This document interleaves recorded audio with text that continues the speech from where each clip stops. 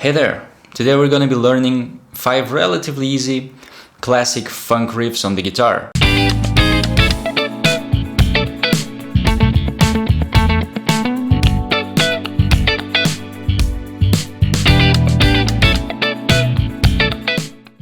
And let me please explain the word easy when it's used in music-related topics.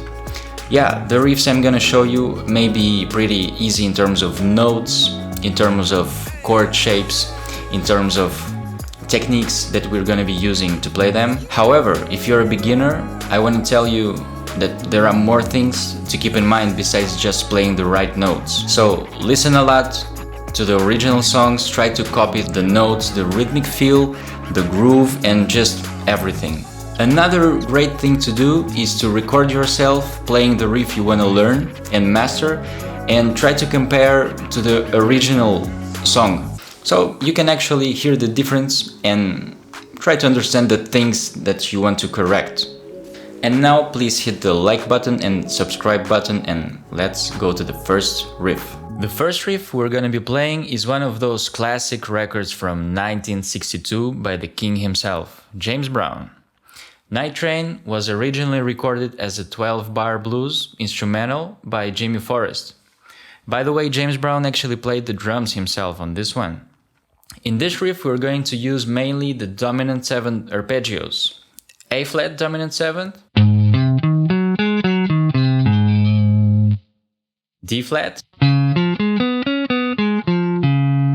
and E-flats. Yeah, with a little grace note right before the flat 7th of each arpeggio. So it goes like this.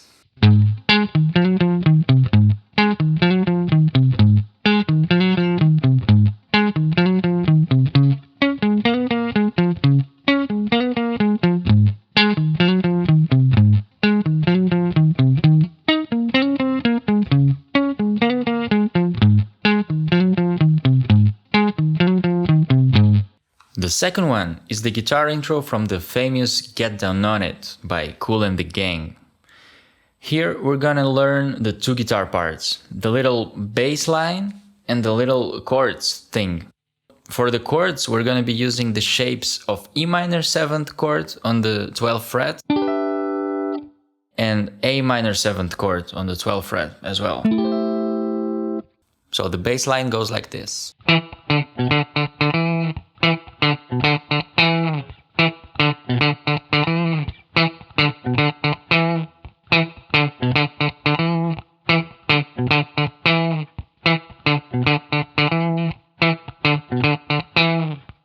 And the chords part goes like this.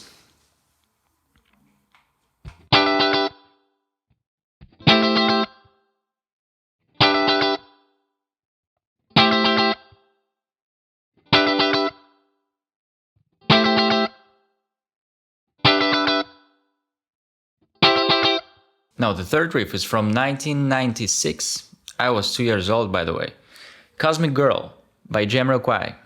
We'll be learning that classic disco guitar intro.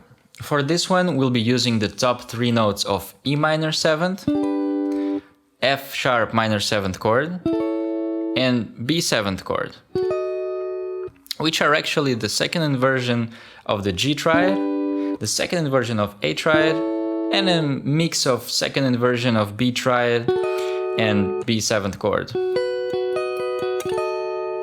So the riff goes like this.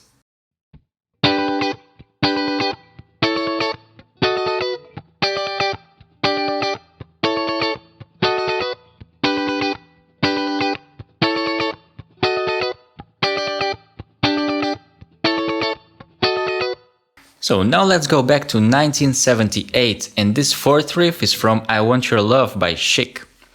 One more great classic guitar part written by Nile Rodgers. You may find this one pretty similar to the previous one. There are similar chords and they both use kind of similar rhythmic formula. We'll be using A minor 7th chord, E minor 7th chord, F major 7th chord, and D minor 7th chord. Let's hear how it sounds.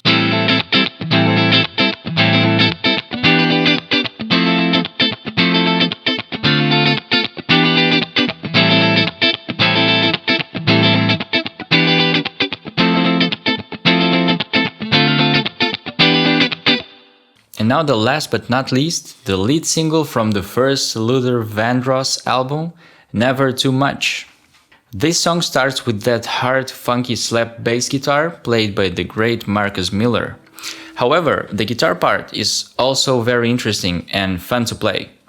It was recorded by George Weidenius, a Swedish guitar player. And by the way, if there are any jazz nerds watching this video, you'll be pretty happy to know that who played the keyboards on this album was Nat Adderley, the nephew of the great jazz saxophone player Cannonball Adderley. For the intro of this riff, we're going to use some chromatic sus chords, and the actual riff uses some double stops, single notes, and minor seventh chord shapes that we already used in the previous examples. And it goes like this.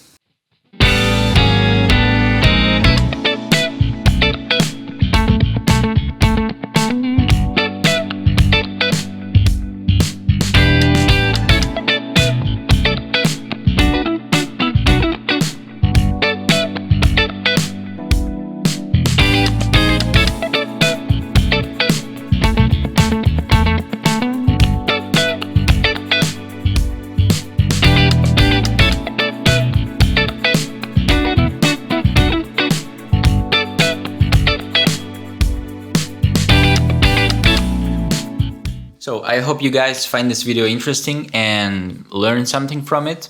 And please let me know in the comment section what would you like to see in my next videos. So thank you and have a nice day.